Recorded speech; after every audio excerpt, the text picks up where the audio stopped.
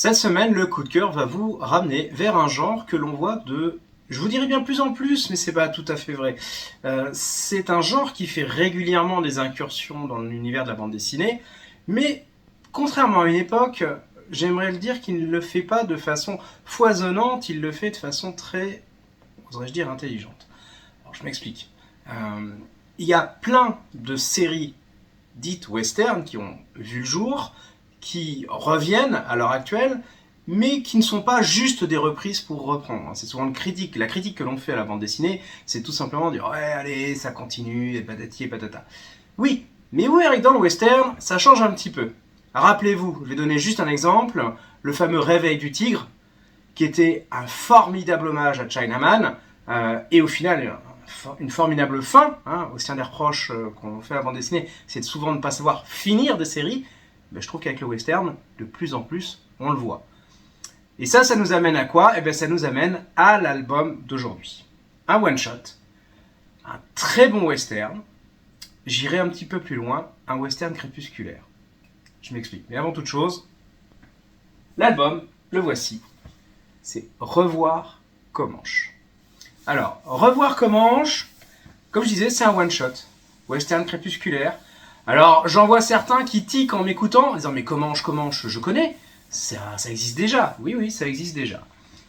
J'y reviendrai encore une fois après. Je vais m'apesantir sur cet album qui peut s'adresser aussi bien à des gens comme vous qui viennent de tiquer en entendant le nom, ou des personnes qui ne connaissent pas du tout. Parce que cet album est vraiment fait pour être lu tout simplement. J'en veux pour preuve ma vendeuse Leïla qui ne connaissait pas du tout la série Comanche et qui s'est fait un plaisir et qui a vraiment aimé revoir Comanche.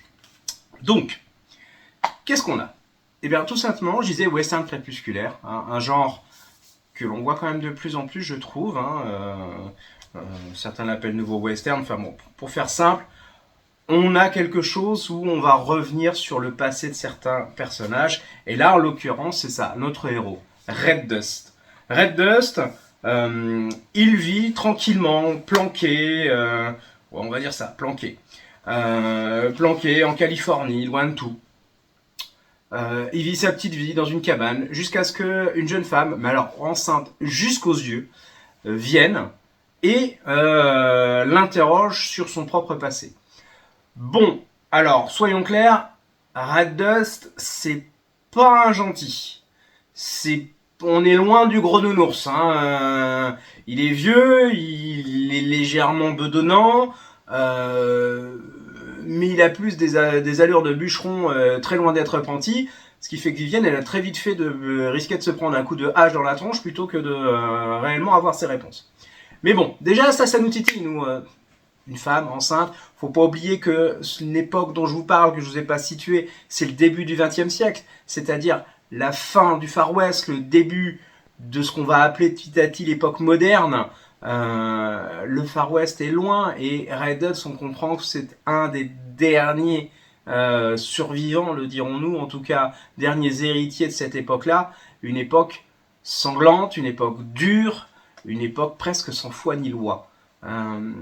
Et là, on retrouve deux personnages antinomiques. On a d'un côté la vieille carcasse, le bougon, le violent, le dur, au passé trouble, Red Dust, et de l'autre côté Vivienne. Certes jeune, mais enceinte jusqu'aux yeux, début 20e siècle, une jeune femme dans cet état qui se promène toute seule. Autant vous dire que ça en fait tiquer plus d'un parce que c'était très très loin d'être le genre de l'époque. Mais voilà, pourtant, ces deux-là vont s'acoquiner d'une certaine manière parce que Vivienne cherche des réponses sur cette époque et cherche surtout des réponses sur le fameux rang 666 où Red Dust a été contremaître. Elle veut, sous ses dehors de bibliothécaire historienne, avoir une vraie vision de ce qu'était le Far West à l'époque, parce que ça a beau être il y a 20-30 ans en arrière, en fait, tout le monde l'a quasiment oublié au final. Seuls les survivants en gardent la mémoire, une mémoire que certains aimeraient bien effacer, pour être tout à fait sincère. Mais bon, quand elle va dire à Red Dust qu'elle n'a réussi à avoir de nouvelles de personne, là, elle a trouvé le petit truc pour le faire venir. Et il décide de venir. Alors pas pour l'aider, mais parce que Red Dust n'a qu'une chose en tête. Une chose. Comprendre pourquoi personne ne répond au ranch. Et surtout, revoir celle qui tenait le ranch, à savoir Comanche.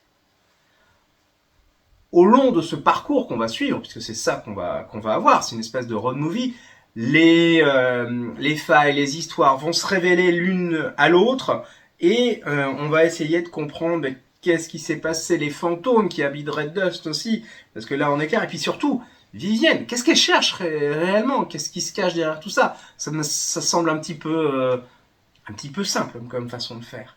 C'est une façon de plonger dans une époque qu'on peut à la louche, je vais être très large parce que c'est très difficile de situer. D'ailleurs, les auteurs ont volontairement pas fait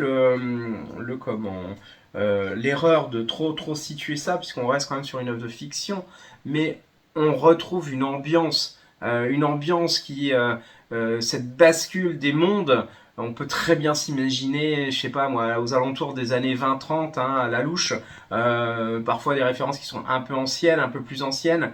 Mais voilà, c'est ce petit moment qu'on a là, qu'on va découvrir, et puis, essayer de comprendre justement ce qui se cache derrière ces personnages, derrière ce passé trouble, et puis surtout, au final, qu'est-ce qui s'est réellement passé dans ce lieu, hein, c'est toute